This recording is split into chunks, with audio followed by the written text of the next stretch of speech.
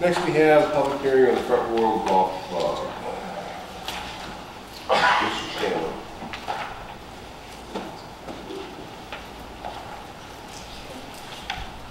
Give us just a minute to get the lighting and stuff turned on here.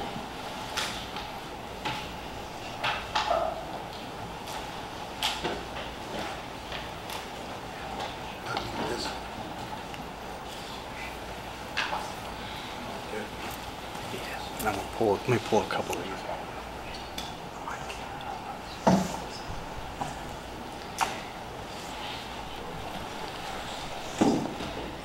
I'll grab one of these, sorry.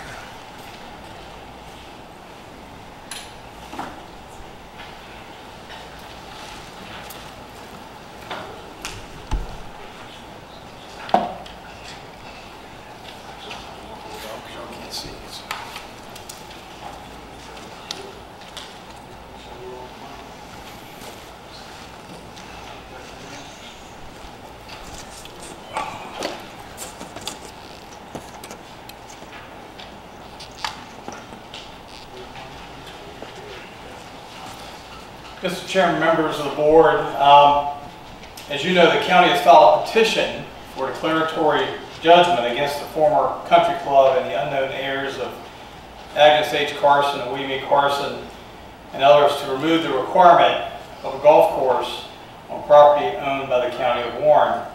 The 60-acre golf course property is located on Country Club Road in the North River Magisterial District in Warren County. The facility includes a 9-hole golf course, clubhouse with banquet hall, maintenance facility, boat launch area, and associated parking, roads, and walking trails. The property is bordered by the Shenandoah River. The golf club has been a subject of concern due to its inability to cover the cost of operations through revenue generated from course operations and rentals of its surplus property. It's been a topic of discussion during our budget deliberations probably for the last 5 or 6 fiscal years. When the county assumed management of the club in 2005, it was our intention to be able to preserve one of the oldest and most historic golf courses in the state and operate it under the Park and Recreation Department umbrella. Unfortunately, the 9-hole Front Royal Golf Club is not as competitive as its neighbors. And we've seen a slide in both membership and rounds played while costs have gone up just from inflation since 2005. The county is now pursuing the potential, and I say the word potential, for reuse of the property, which would honor the original intent of the Carson family to see the property used for public recreation for the citizens of Warren County, now only potentially without golf as an amenity. Tonight, the board is holding a public hearing on the proposed closing of the golf course and the adaptive reuse of the facility for public recreation. The purpose of the hearing is to garner input from the public, and I appreciate the opportunity to present some information before we start with the public hearing. First of all, I want to dispel some rumors. The county is not trying to sell the golf course. There are no plans of building houses on the property or filling it with recreational vehicles. The county did not burn down the old clubhouse. Yes, that's a comment that someone made just this past week. This takeover was not part of the town-county corridor agreement. That's a comment that's been made. The course has been marketed in a variety of ways. The county has invested a significant amount of time, effort, and money in the course, its upkeep, and its operations. And public recreation, at the end of the day, if we're successful, and if the board decides to move in that direction, will remain the primary use of the property.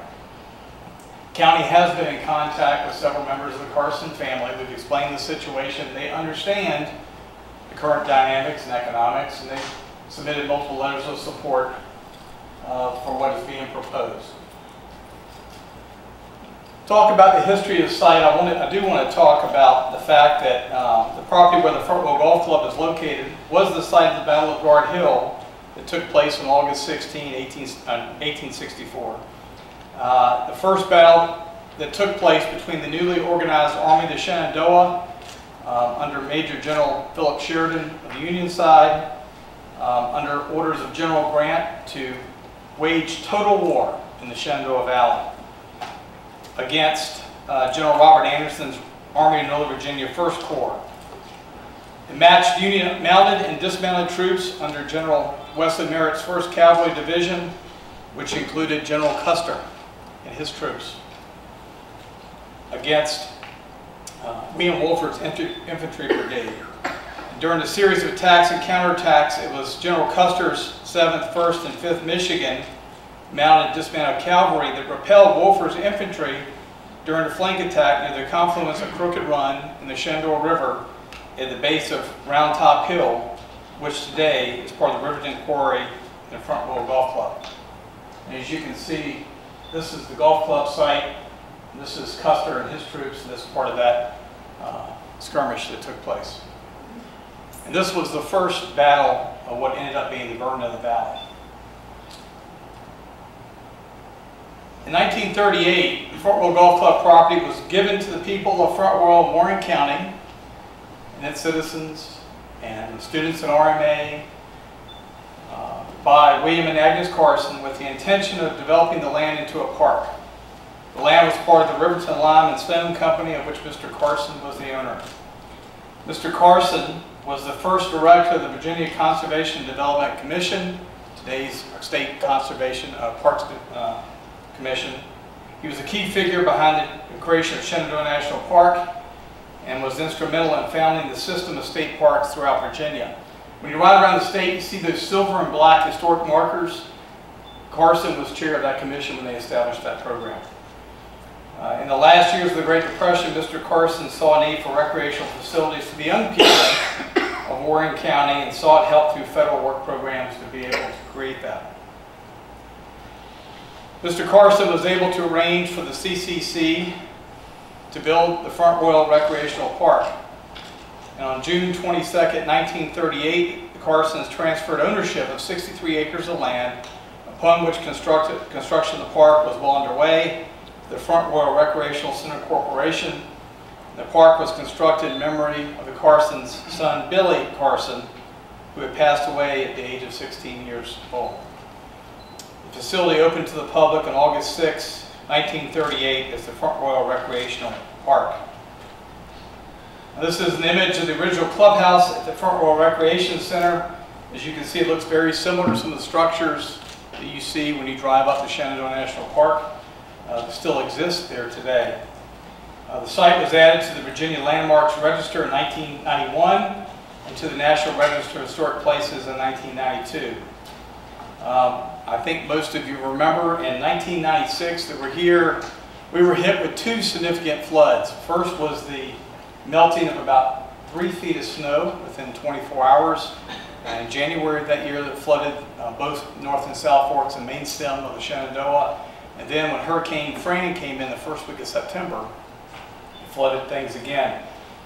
Again, the structure was severely damaged during those two floods. The current clubhouse was constructed in 1998. It's just over 3,000 square feet in size. This is one of the pictures of the September flood. I believe that picture was taken on the 8th of September, 1996. When the golf course opened to the public, it was managed by a private board of directors. And over the years, the management went very well.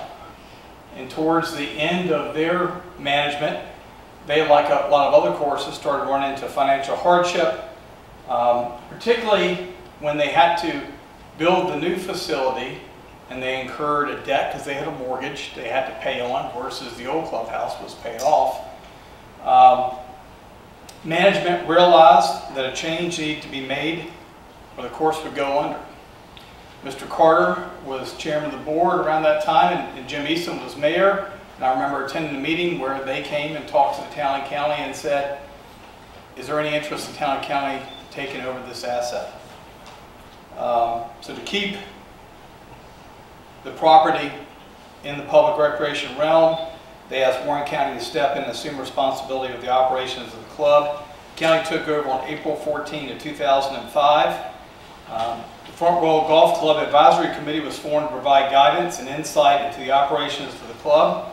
The advisory board was set up with 7 members, and over the years included a number of current and former golf club members, some of whom are here this evening.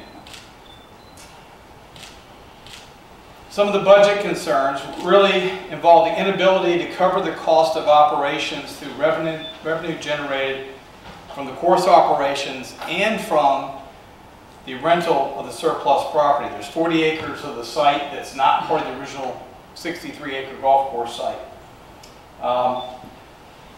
The last 5 years we've run an average deficit of about $110,000 per year.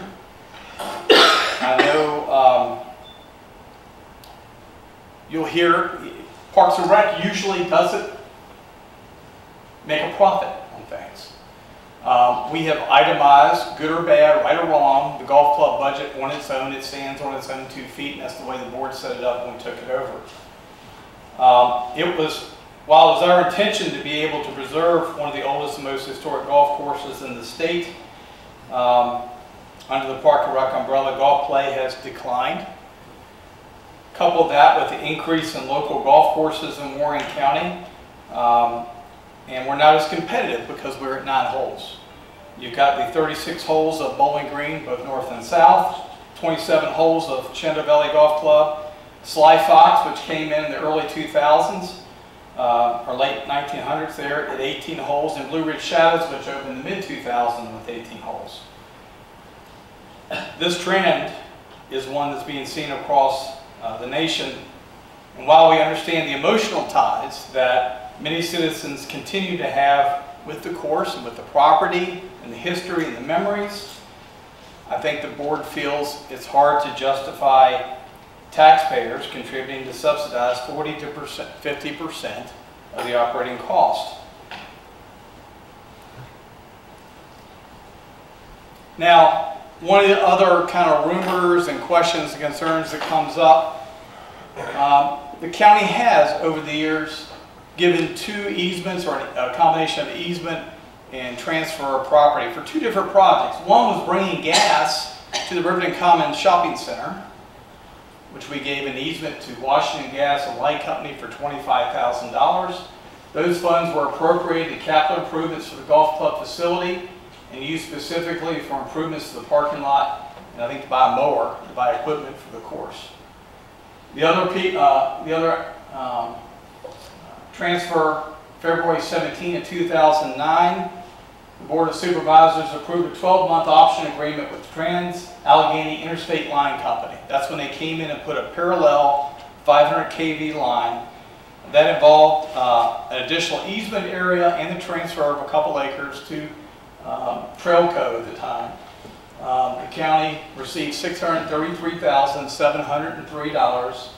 $552,193 was used to reimburse the county for paying off the mortgages and debt of the club when it was acquired, to pay off the leasehold interest for River Ridge Golf LLC, which had a long-term lease on the upper 40 acres, the associated attorney's fees associated with the deal, and debt. This property was more than $50,000 to $75,000 in debt that they had run up in bills and short-term loans, the line of credit they had at the bank, and then they had a list of bills that had to be paid by their attorney at closing with the county to pay that off.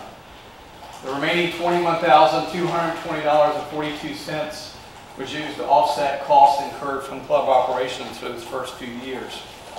So I just wanted to point out that, yes, we had received some money.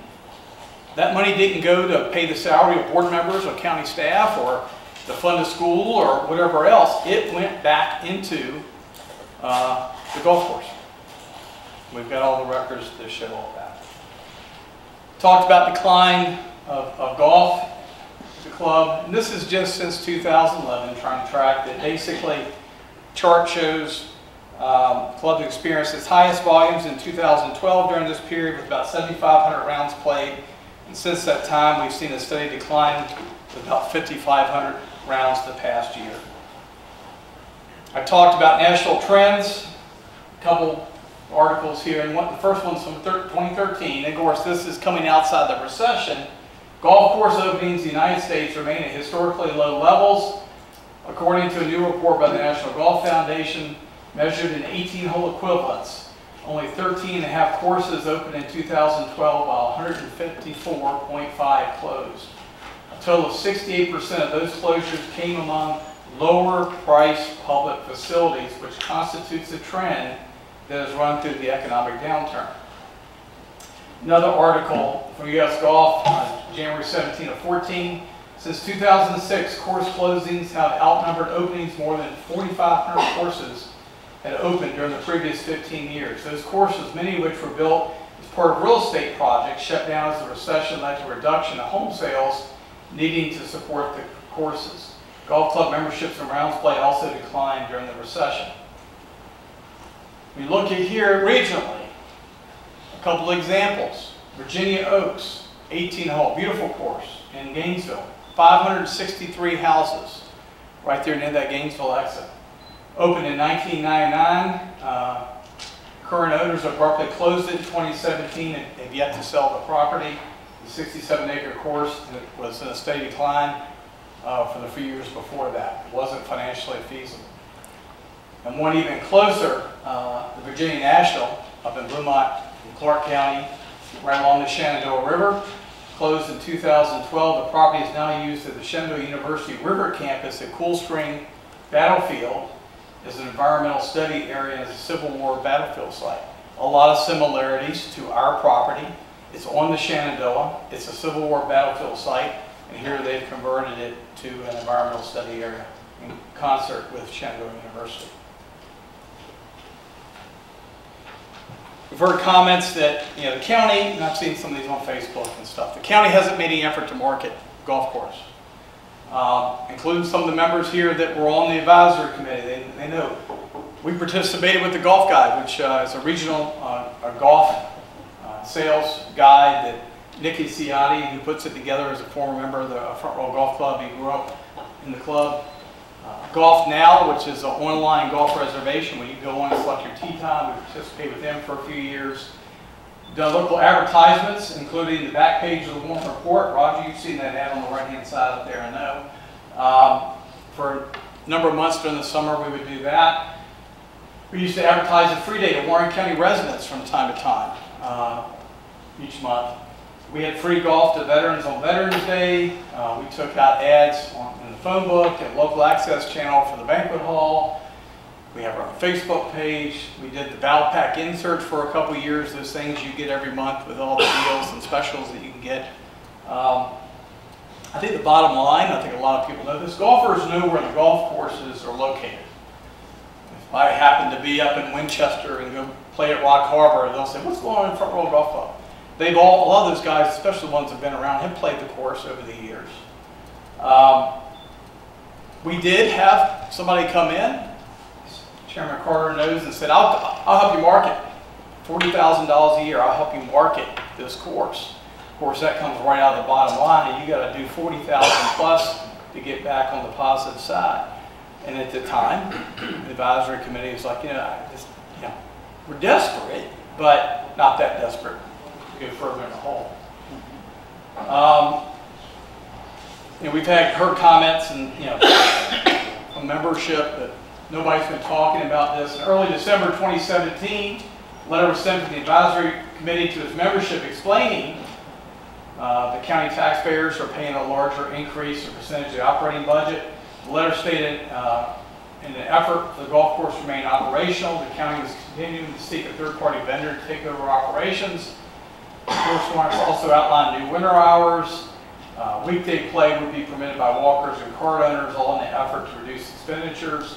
And it was stated that if the course were to close, that membership fees would be honored by the new management, or we would issue a prorated refund. The county had put out requests for proposals on 3 occasions. But let me take a step back. A few years ago, the county put out an RFP on that 40-acre additional property to solicit. We had a proposal for a hotel, and months and months of time discussing the back and forth. At the end of the day, that was right before the recession. The market fell through, and the gentleman that was proposing to build a Marriott product, which a similar one is being built right down the street, lost funding, could not find financial backing to be able to go through the project. Because at our time, we hoped that, one, you'd build a hotel, maybe it'd generate the $100,000 or so a year in lease revenue that would help offset the budget, but it would also generate business for the golf club because you could sell that as an amenity that you have a golf club tied to the hotel. But we put out 3 different RFPs. One, August 31 of 2017, we received 1 proposal, and ultimately that was rejected by the advisory committee. I think some of the requested input by the county we felt was in the county's best interest. Had to pass on that one. We had a second RFP out that was due by January 25th, received no responses, and put out a third one that was due by February 5th. We received 1 response for non-golf, non-RV use, and it's still under consideration, really because right now you have to have golf as part of it. We can't even really consider this until and if there's a change by the courts, the judge, to allow us to consider non-golf uses. So, the future. Warren County has been actively working with land planning and design associates on what an appropriate redevelopment plan could look like. We reviewed a lengthy list of activity options that would honor the original intent of the Carson family by utilizing the property for public recreation for the citizens of the county. And the only change would be that a full 18 or 9, which is really 18 if you have the 16 tee boxes in play, would no longer be included as an amenity. The county appreciates, again, understands the emotional ties that citizens have to the course. It was the heart and soul of this community for a long time. This was the only golf course until 1966. It had the only community pool. It had the tennis court. It was the social hub of the community. We understand that. Particularly, again, those that visit with their parents or family members for many years to golf, swim, play tennis, and enjoy boating on the Shenandoah River for many years. We greatly value the history of the property and the Carson family, the beauty and scenic attributes of the site, and memories that were created at the facility. And we are working to find a new way for the public to enjoy the facility, and hopefully more folks than just maybe the 100 or so kind of routine, regular folks that may go out there and golf, and to create new memories for many years to come.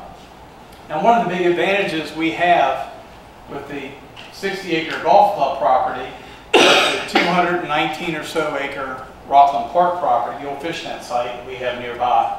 When you combine the two, you have almost a mile of public river frontage, which is significant in any community. And one of the advantages we have as part, when we did the Trail Co easement, we separately negotiated a deal with Allegheny Power. We have a 20-foot wide easement connecting the 2 properties in a trail that somebody can walk from along the river through the golf club site over to Rockland Park. So we have that connection. Now, I mentioned that we were working with land planning and design, and here's a little magnification of that. I know people in the back can't see that, but the concept at this point is a work in progress, and nothing included has been finalized by any stretch of imagination. Just looking at some potential options, and really looking at it from the standpoint, we're not trying to create something that's going to be a huge operational cost for the county. But remember, we're trying to get out of the operational costs that we're in with the golf course. But things like reforestation and water quality areas, there is the ability to sell what they call nutrient credits to reforest and get credits from private entities and be able to generate cash, which could then be put into developing other portions of the property for use. A pump track, which is a mountain biking track, I know Mr. Whitman would know what that is. A challenge course, mountain bike and walking trails, enhancing the boating area with canoe, kayak, and jet ski rental. I think one of the things this community has is a great asset is our access to the Shenandoah River. Not many people from the public, there's no place you can get a paddle boat or some of that other stuff. you know, that's not something necessarily the county would have to run. You could get a vendor to come in and run an outfit like that, pay a vendor fee to be on the site and run it and provide, you know, go out and purchase the jet skis, the boats, whatever else they wanted to do. Also, an event facility where weddings, birthday parties, and other events could be held. We have the existing clubhouse. We could expand that to make that more viable. And also down, this is a beautiful site. I think they've had a couple weddings down there over the years, to be able to have that along the river. An event lawn and gazebos. I mean, people, I've talked to the Humane Society a couple times. We've tried to look at this with the idea of still for them to be able to do their Wagons for Dragons race and be able to have area, set up area along the river and tie that into the boat landing. We've also incorporated the concept of chip and putt area, which would be a kind of free area, maybe incorporate part of the old golf course where people could come and chip and practice without a cost, without having to pay. And certainly preservation of the Ash family cemetery, which dates back to the early 1800s, right here in the center of the property. But really utilizing either mountain bike, walking, hiking the property for a system of trails, being that close to the town of Front Royal, and obviously that would be something to be used. Again, this is completely conceptual. We'll have time later to get public input into that and things we want to include or not include if we go down that path. Again, I want to, for our closeout here, I want to talk about the numbers. And people won't be able to read, but this chart appears basically, with the exception of 18, we've got a little bit better numbers on 18 as final bills that come in for the year, but this chart analyzes the budgets and the deficits since we took over in 2005. In 2005-06, we ran a deficit of $35,000. We covered 84% of expenses. And I think if we were continuing to run 80, 75%, we probably wouldn't be here tonight talking about this. But we're not, so we are. I understand that. 2006-07, $68,000 deficit. 2007-08, $86,000 deficit. 2008-09, $105,000. 2009-10, $130,000. We were covering 60% of operations with revenue generated from the course and the adjacent property. Now in green, I've highlighted that because that's the 3.5 years that we received payment from Virginia Dominion Power for leasing that 40-acre portion of the site for laydown area during construction of the power plant. In the first year, we received $68,493.15, $102,500 that year after, and then $100 the last 2 years. I think $2,500 in FY12 was actually another user on part of the site, but that allowed us, look at 2011-12, we covered 97% of the budget. And that's right around the time we were thinking, wow, if we could get a hotel on that site that would pay something comparable to what Dominion's doing, we can make it work, basically cover expenses. So those years, 83%, 97%, 74%, 87%, we did pretty good covering the costs. 14-15, we lost Dominion, ran a deficit of $151,000, covered 55%. 2015-16, $141,000 deficit, 58%. 16-17, $118,000, 61.5%. 2017-18, 52% this past year. That's what we covered. Now I know, people ask all the time, what about a lot of other county operations obviously don't make money, as I said earlier. The only one that we've ever broken out, itemized, as part of the overall budget, we're able to break it out, is the pool operations. And since from 2011 to 2017, we covered 85 to 90% on pool operations. Now that's the only public pool in the community. Now 4-H Center has a pool, you have to pay your membership fees, and I guess you go up there, but really it's pretty much the only game in town. But we also kind of struggle, but we're able to cover 85 to 90% of operations. A lot of the other stuff we have obviously doesn't cover, because we don't charge fees. It's not a fee-based structure. These next couple charts just simply look at There's our revenue, and of course there's the 4 years of Dominion in the middle of the revenue stream. But as you can see, we're where we were at almost $200,000 a year in revenue, around 7. We're now about 150. And from the expense side, we've gone from 225 up to about 300,000 in expenses. Now we've been able, when the board mandated a couple years ago in the budget, we were able to trim some of the expenses, and we've gotten that down from just below 350 to just under 300 the last couple of years. This chart just simply shows the deficit again that we talked about, from almost 40,000 to over 140 in two of the last 3 years. In summary, again, the property was originally donated to the citizens of Front Royal, Warren County for public recreation, including golf. The county took over the club with the hope that it would be able to preserve one of the oldest and most historic golf courses in the state.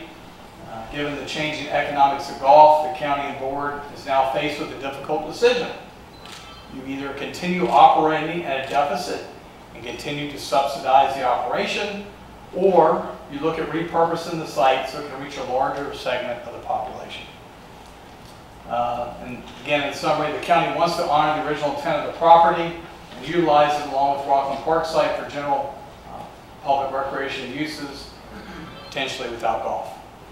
We appreciate and understand the emotional ties of the property and want to work with the community to develop a plan that will allow for citizens to continue to enjoy the facility and make new memories for many years to come.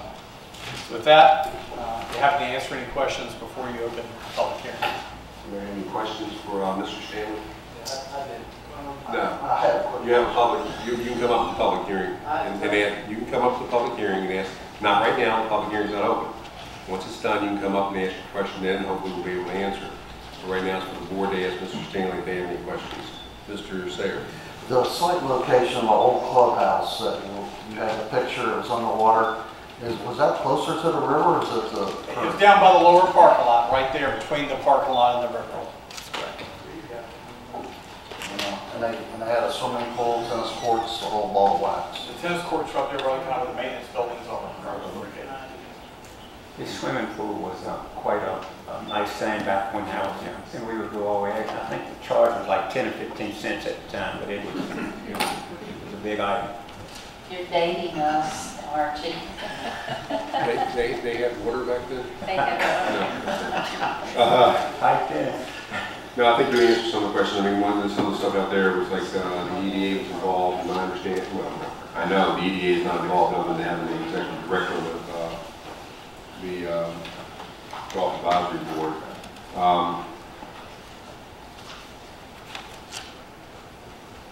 And I think you addressed some of those things.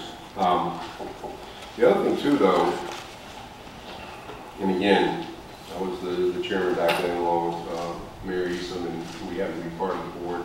I think they had like a stockholders board, and they had a board of directors. And at that time, the current board was facing some financial difficulties. And that's when they were looking to sell those 40 acres for about $500,000. And one of the concerns I had then was, if they had sold that, what would have happened as far as the financial issues then? And I don't know what the answer would be, but I've talked to several people that were involved there. They were a good bunch of people. But again, like you mentioned, golfing has gone downhill somewhat. But I don't know what would have happened if the board had come, the golf board had come forward and said, we can't maintain this anymore. Whether the county had to step in at that time. Again, we would not have had those assets. And you touched on that as far as the PJM, power line, and the Dominion. So that was two things that really helped keep it afloat. Anybody else have any questions? Okay.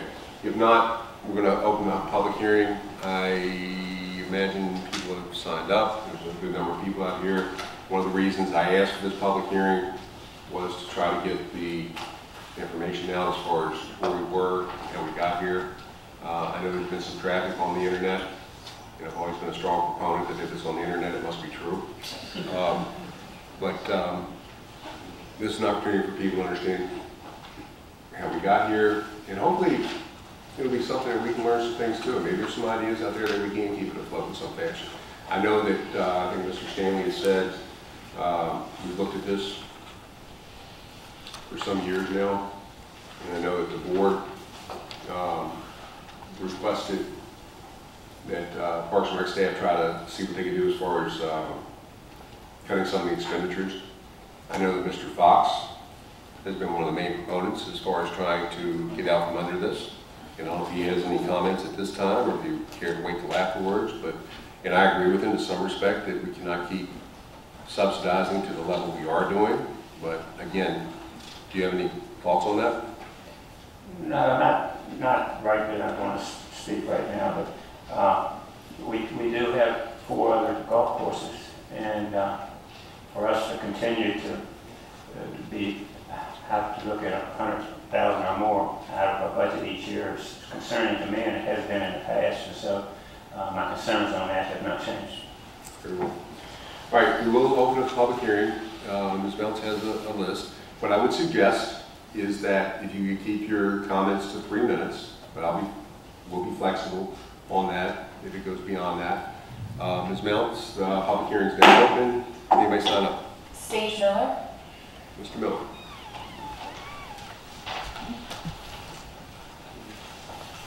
Please state your name and address. My name is Stage Miller Jr. I live on at 8 Gloucester Road here in Front Royal. I want to thank the board and county staff for giving me the opportunity to speak this evening during the public hearing concerning the removal of the requirement for a golf course on the property of the Front Royal Golf Club. I speak for myself and the undersigned persons, most of whom are members of the Front Royal Golf Club. The undersigned persons joined together several years ago as the Retired Educators Golf Association. The sole purpose of this affiliation was to play golf and enjoy the friendship and camaraderie among the members, most of whom are retired from educational institutions in Front Royal and Warren County. At present, there are 24 REGA members. Not all of the members are currently active. You may recognize some, or at least most of the members listed here. I'm not going to read the names to you because you have them in front of you, but I think you recognize quite a few of them. We have members in Warren County mostly. We have several in Frederick County in the Stevens City area, and we have 1 member in Luray, Page County.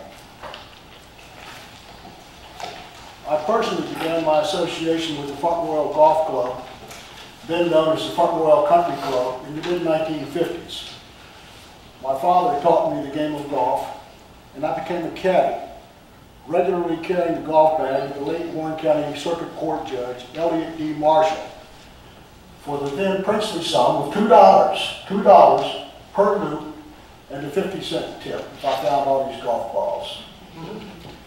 I've continued my association with the Front Royal Golf Club to this day. However, although not quite in the same manner, I do play now. I don't carry bags. We ride carts. The retired educators call the Front Royal Golf Club our home course, and we try to play there each Monday throughout the entire calendar year. We don't stop when it gets cold. We don't stop when it's calling for snow. We're out there. If it's in the upper 30s, we're going to play. We generally stay close to Front Royal in the wintertime because we don't want to travel with the bad roads.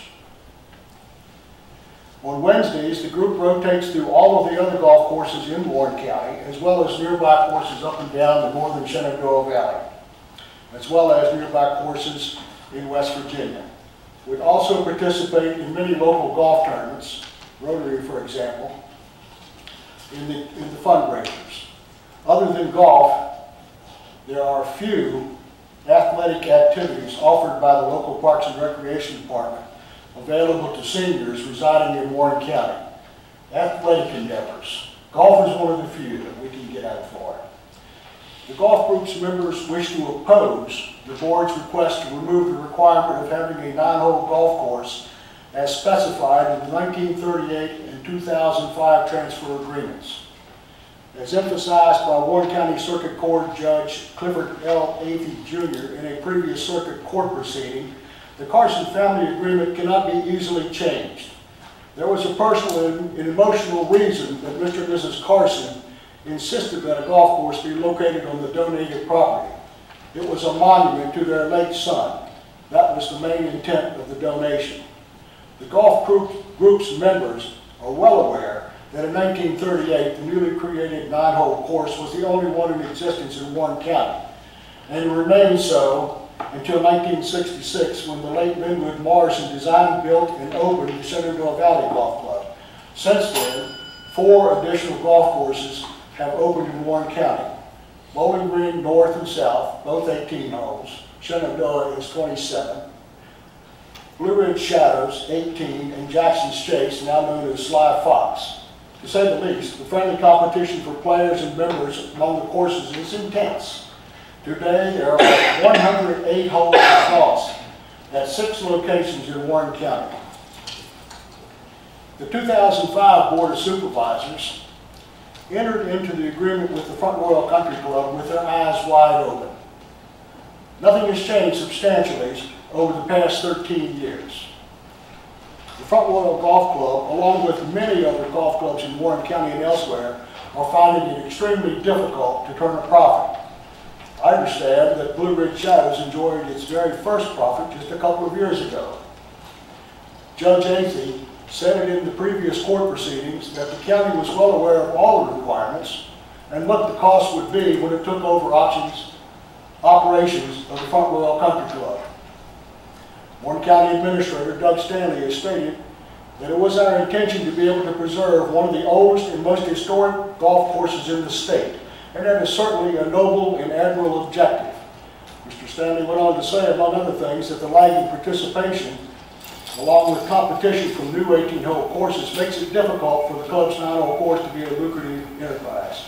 There's only been one golf course that's opened since 2005. That's Blue Ridge Shadows. And that's the one that just turned a profit. Even with all the real estate development out there, they've yet to turn a profit consistently. Judge Athey also had something to say about that. He said that lost revenue is not a good argument for closure, and that government services rarely operate at a profit. I think we all realize that. Judge Athey's observation about lost revenue begs for additional questions to and answers from the county. The amounts of the annual operating deficits of Front Royal Golf Club have been well publicized by the county and the local media. I had no idea I was going to face a professionally staged golf and pony show here tonight. The history of the golf club is quite interesting. My question, the biggest question that I would ask the Board of Supervisors is what venue, activity, or function, anything you can name, operated by the Warren County Parks and Recreation Department, operates a profit. I've been informed that the community swimming pool has come very close. Several times I've been told that. But I have never seen any financial data for the pool. I haven't seen any tonight except for the percentage of the operating costs that it's covering. What is the profit or loss from operating the swimming pool? We found out tonight that they covered about 94% of the operating expenses. Bing Crosby Stadium. I'm sure that makes a lot of profit with one tenant, maybe two, counting American Leagues and baseball. The skate park. I don't think there are any fees there at all that I'm aware of. But a soccerplex. Acres and acres of soccer fields down on Burford Avenue. No fees there, I'm afraid, that I can see. Gertrude Miller and Rockland Parks. Any fees collected there? I don't think so. Dog park. Even though it was given to us or donated by the Eason family, did they make any money? Frisbee Golf Park at Rockland Park. The basketball and tennis courts. I could go on and on. Pick up Dan's brochure and miss anything on there. If anything makes a profit, please speak up. I'd like to know. As an original member of the Front Royal Golf Club Advisory Committee, I frequently ask Mr. Stanley and Parks and Recreation Director Dan Lins about this profitability issue, but I've never received a detailed summary of revenues or expenditures, except for the golf club. Is this board dedicated to reviewing all Parks and Recreation programs and abandoning those that don't cover, what is it, 65, 75% of your operating costs? You might as well close down Parks and Recreation. And why is the golf club singled out with separate line items for revenues and expenditures in the county's budget when all other programs are not? We have this wonderful chart. If you look at your budget, 2 line items, revenues and expenditures. They balance perfectly. Of course, revenues don't quite make it. Any other facilities or programs, there's no information at all about them. It's all lumped together in revenues. Expenditures for personal services. There's nothing there.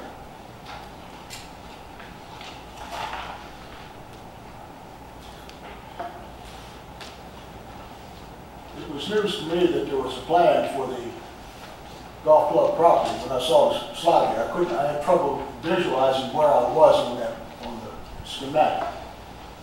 I could finally figure out where the bridges were. But I also understand that there was another proposal from an unidentified person or persons who expressed an interest in leasing the golf club property for purposes of planting trees, creating bike and walking trails, and possibly horseback riding. And who in their right mind would go to the expense of creating these things and maintaining them and not expect any return on their investment? What does the unidentified party really expect to do with that property? And how many more walking trails do we need in Front Royal and Warren County? In fact, of course, the golf course already has a walking path. It connects to Rockland Park. And it's modestly utilized at best. Dogs have the run of the course. They get into sand traps along with the geese. Board Chair Tony Carter said that the county does not plan to construct houses on the property or develop the golf course land, and rightly so, for those actions would be in violation of the Carson family donation, I think. Of course, the riverside portion of the property cannot be developed due to the Shenandoah River flooding every now and then. We've all seen the results of that. But then we talk about the riverside portion of the property. The boat landing for river access is there. Ample parking is down there. About a mile and a half or a mile, I don't know how many feet there is on the river access from the Rockland Park and the golf course. Some of the deepest water in the entire Shenandoah River.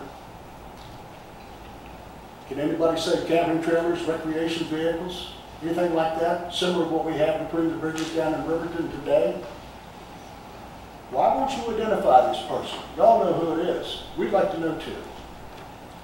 Just this last Friday, several retired educator members assisted with Camp Fantastic. That's a summer camp that hosts children with cancer. Their home base is the 4-H Center. The pool's open up there for those campers. They came out to the golf course. I believe there was about 10 children there with just about as many adults taking care of the children. It's a pleasure to watch those kids from the golf club, many of them for the first time, and probably for the last time unless they come back here next year.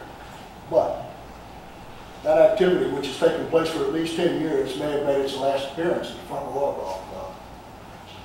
And what about the fate for the dragon races? We're not going to have them this year because of lack of sponsors, I think.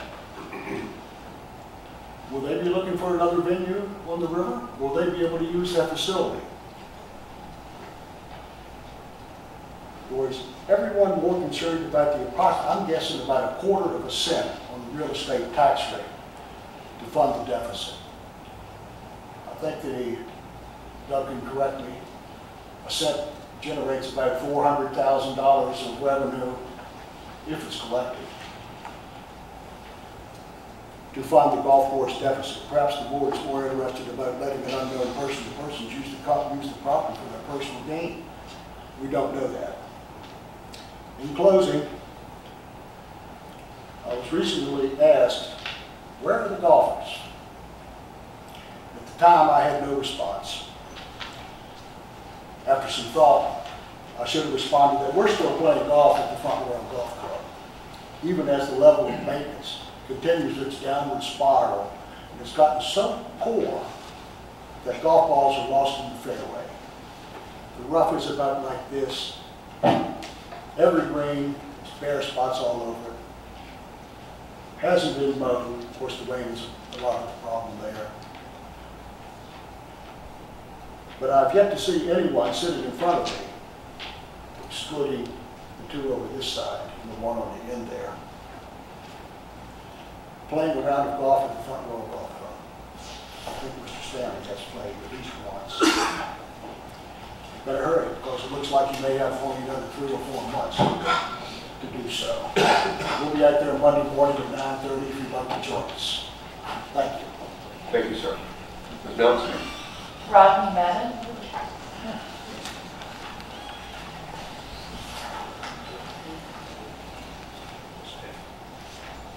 My name is Rodney Madden. I live at 268 Creekside Way, Front Royal. I'm just here to say I would like to see the Front Royal Country Club remain, or I'm sorry, the county golf course remain a golf course for many reasons. The most important reason is that a lot of people in this county either can't afford to go to other courses, or some of these other courses mentioned, yes, they are competitive.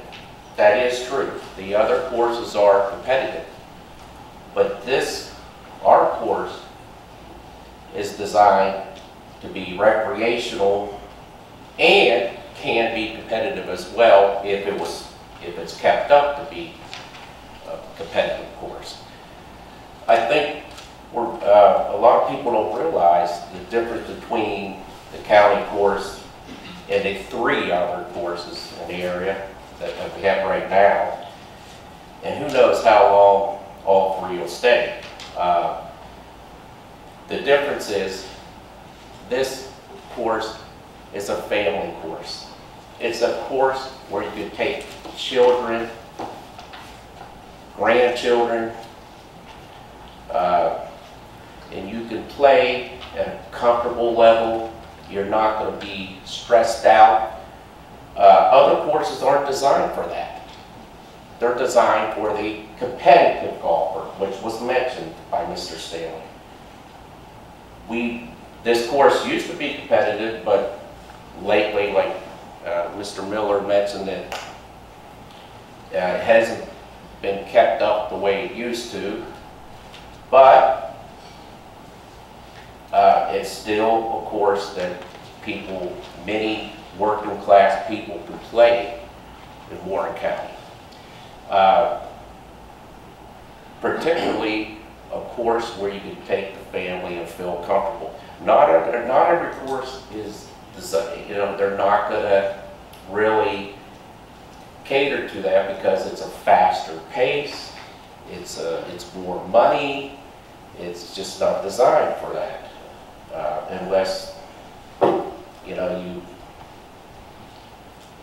Unless you really pay a large amount of fees, and it's just, and then again, the pace is not the same. It just seems that this deficit, I've seen different figures, now you're saying 110, whatever it is. What is the purpose of Parks and Recreation? Is it to make money, or, as mentioned earlier, or is it to provide services for the community that people can afford or have the opportunity to do so? I think that's very important. It's not all about the money. $100,000 doesn't even buy the papers for our schools. Our paper bill in many of our schools exceed that fact quite a bit. Also, we have more delinquent taxes that we're not able to collect, and I know that's hard to do so. That supersedes the debt that was proposed earlier. I would just like the original intent of the golf course to remain. And when I mean the original intent from the Carson family, it was meant to be a golf course for the community, a recreational golf course, a golf course that everybody can come and play. I really think some of us are missing that point. I kept hearing that we're not as competitive. Well, that may be true, but do we have to be? Why can't people just come and play this course and without the intent of being competitive with the others? Well, thank you for giving me the opportunity to speak. Yes, sir. Thank you. Ms. Mills? Yes, Richard Tracek.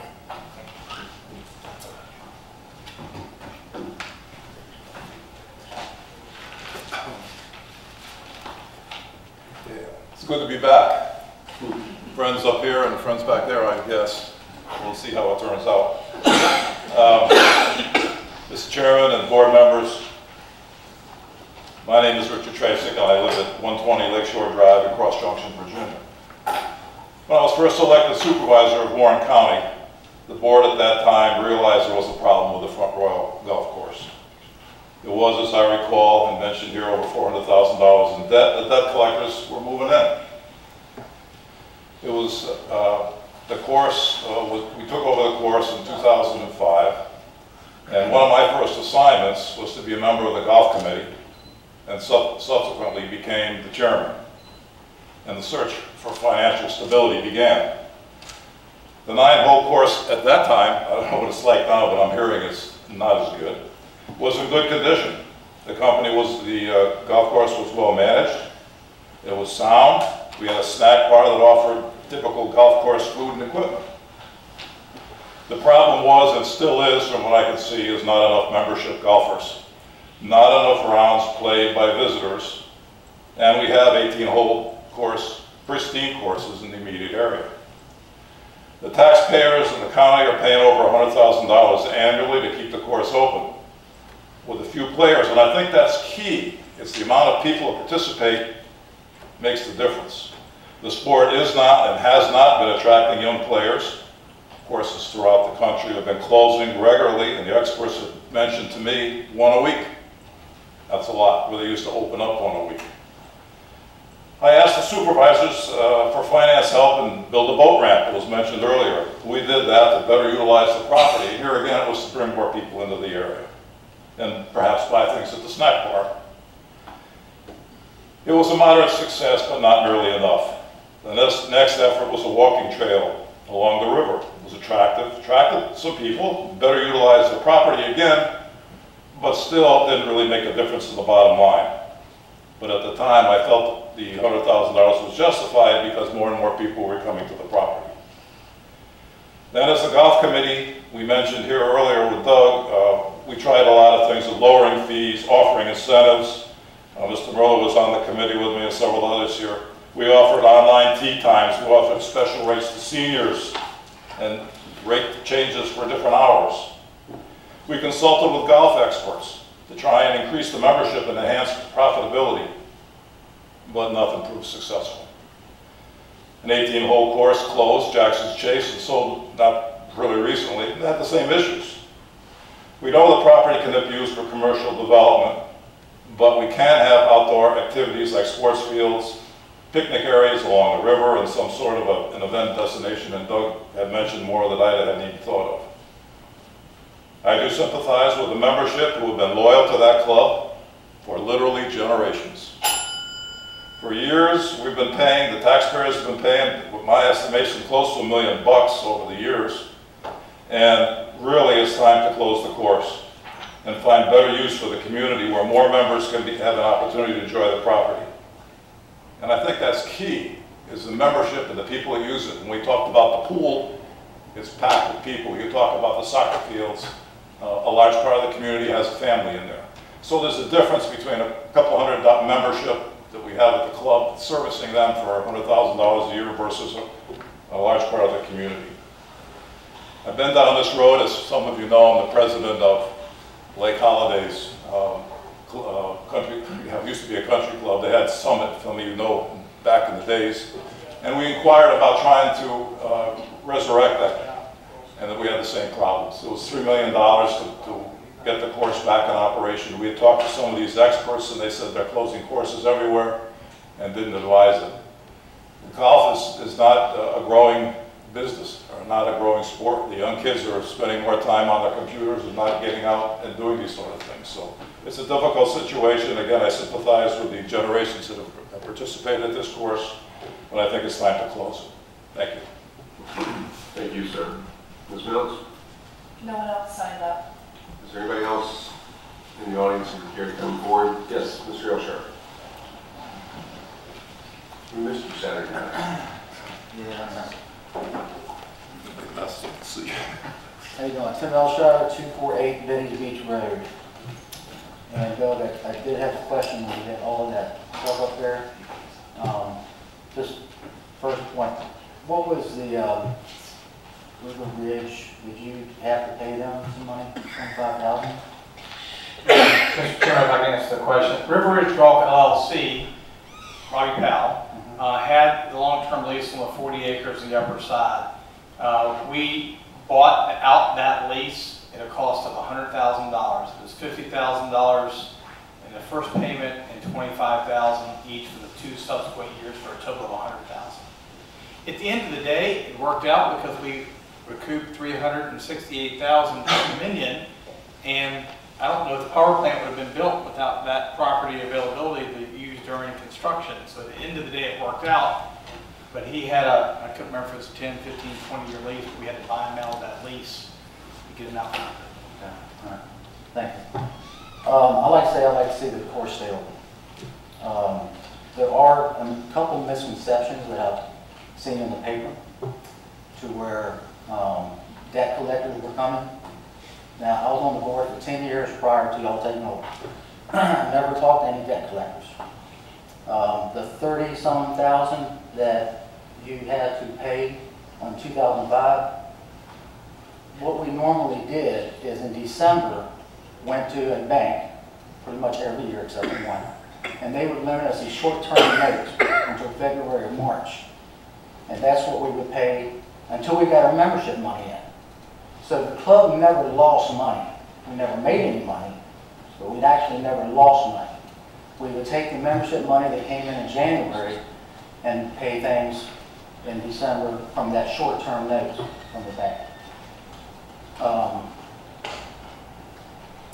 Also, the reason that membership is down now is because for 2 or 3 weeks, a couple of years ago, y'all closed the club.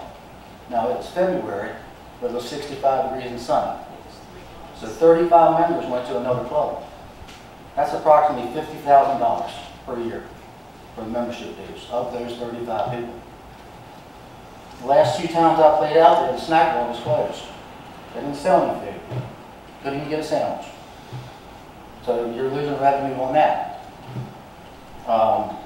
And the condition that Mr. Miller said, it's really gotten bad. People just don't want to go out and play it anymore because, like you said, you can't even find a ball in the fairway. So, I don't know. I'd just like to see it stay open, and I appreciate your time. Thank you, sir. Is there anybody else who would care to come forward? Yes, sir.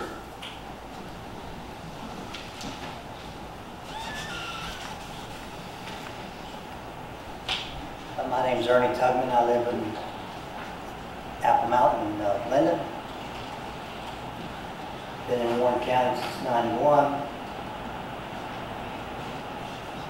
And I really enjoy the fact and somehow figure out maybe we could try to work out a deal and figure out how we can keep this golf course open. It seems to be that, like we talked about all the parks and all the recs, I just wonder truly how much any of them really do make. Like the 275 acres over there. 275 acres we're talking about, not 43. How much money do we really make off that over there, that soccer field and that new park? Seems like every 3 years to 5 years we open up another dog park or walking trail or a soccer field. Not really sure how much we make out of any of that.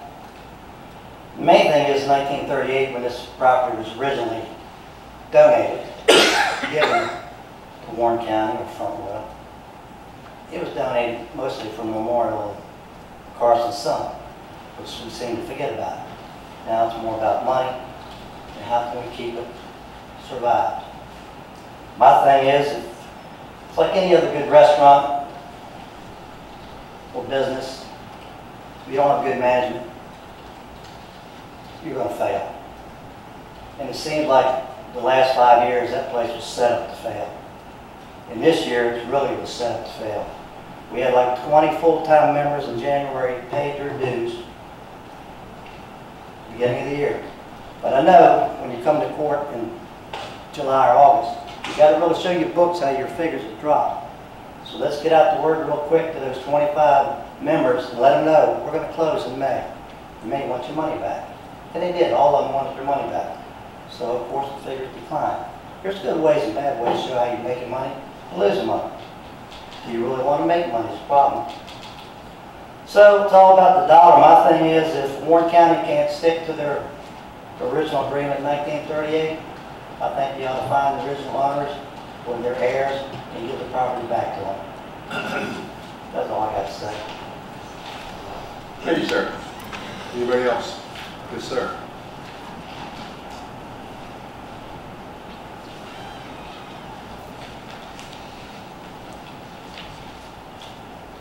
My name is Yates Hall. I live at 19 Bedford Drive, Front Royal, Virginia.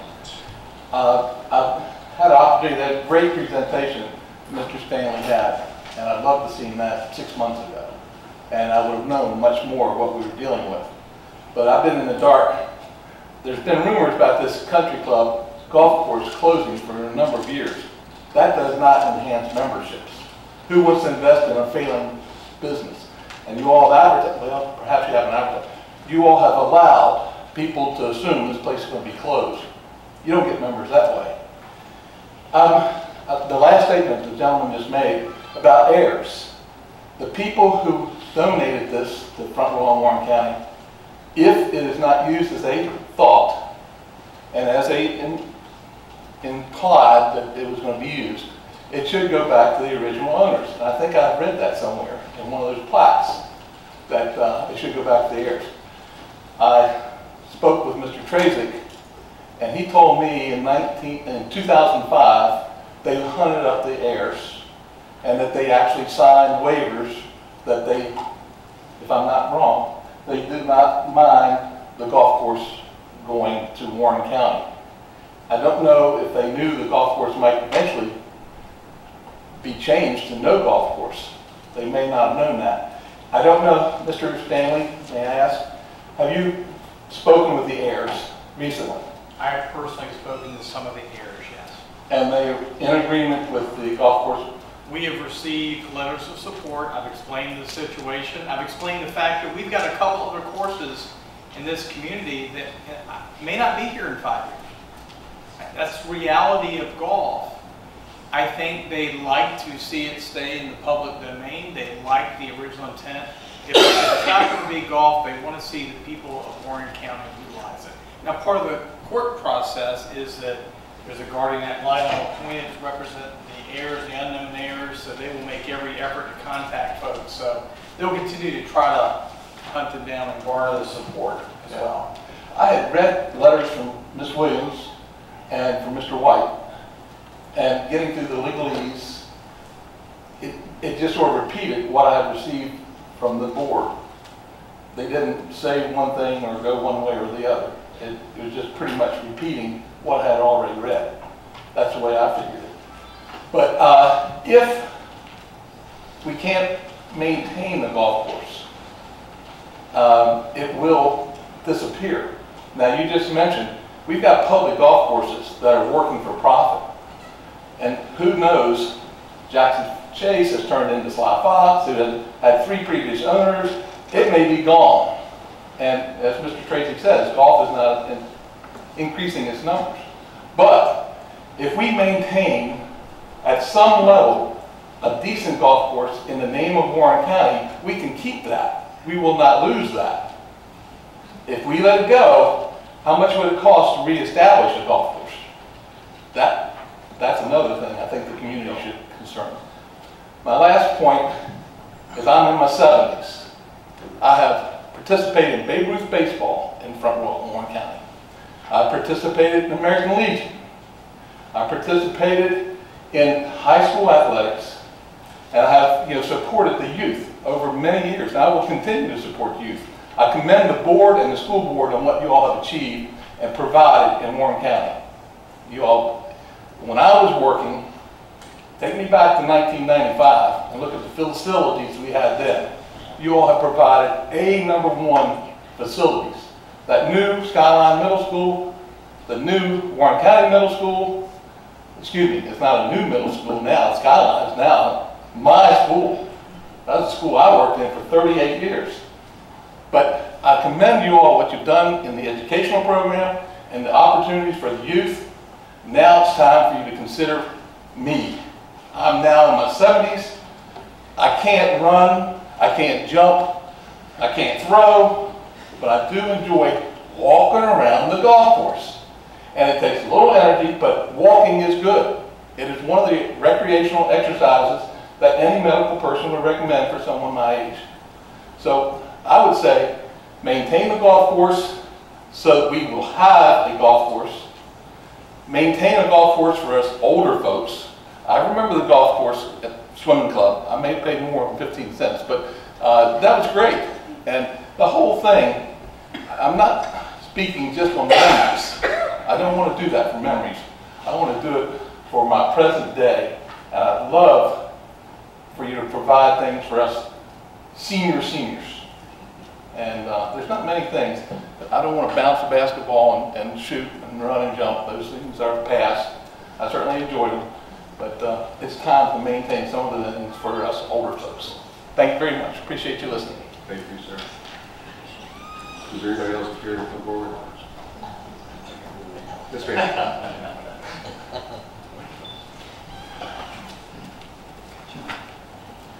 Mr. Chairman and the Board of Supervisors members, my name is Nancy Williams. I am the Court of Warren Environmental Item for the citizens of Warren County and the town of Front Royal. I have filed an answer in this matter. And I like Mr. Stanley's presentation. It starts off with some things that have been said that are true. For the record, my address as the guardian ad litem is 29 Crescent Street in Front Royal, Virginia. Some things that have been said by the county, that it's a 9-hole golf course, and I think somewhere slightly Mr. Stanley's presentation he corrected himself that it's not just a 9-hole golf course.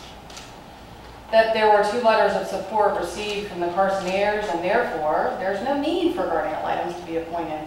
My presence here today tells you that you're sadly mistaken, and that is not true. That the citizens and members don't need attorneys, and that this is all just a formality. I will let you know now that you are in litigation, and that it is before the Circuit Court of Warren County to decide whether or not you can change the use of this golf course. And let me tell you now that litigation in Warren County is a full contact sport.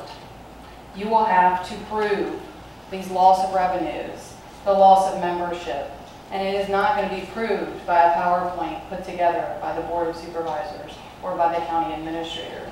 They're going to be real numbers, and they're going to have to answer to these citizens and to the members of the golf course. I'm here tonight with answers to be filled out by respondents named in this lawsuit. If any members are here and would like to fill that out and become part of this litigation and not be found in default, as opposed to what they may have been told. If they are in default, they can no longer participate in this litigation. If our members would like to participate in the litigation, they have to file an answer before this court. I'm here tonight to allow them to do that, and I certainly will stay after to have my information distributed among the members that are here tonight. Thank you. Thank you. Anybody else? Second chance? Third and final chance? Yes, sir. Come forward.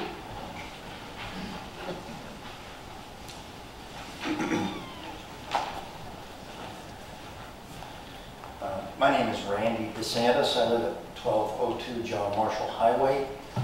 I've only lived in the area for 8 years. I pastor Skyline Baptist Church, and I enjoy golf, but I cannot afford to play the other courses. And frankly, this golf course was a godsend for me. I only have an associate membership. I can go out at 6:30 in the morning, and sometimes I have to play through the sprinklers. But I can go out at 6:30 and be back in my office by 8:30 to take on the day. I will miss it if it closes. I understand the finances of it. I just hope that there's some way that you can keep it open. And it's really for selfish reasons. But for the others who are here tonight spoke the same thing. It's a great opportunity for exercise, and frankly, I'd be willing to pay more than what I pay for my associate membership. I've had a membership for about 6 years. Last year, I did not get a membership because I had shoulder surgery and was not going to be able to play.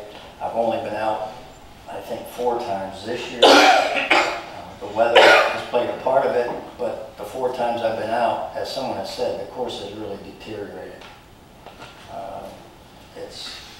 It's really not much fun playing right now out there. The weather has contributed to that, but it's not all weather. They're not mowing like they did. And, but frankly, it's a challenging little course. It's a challenging little course. And I like it. So I hope it can stick. Thank you, sir. Anybody else? Yes, please go forward.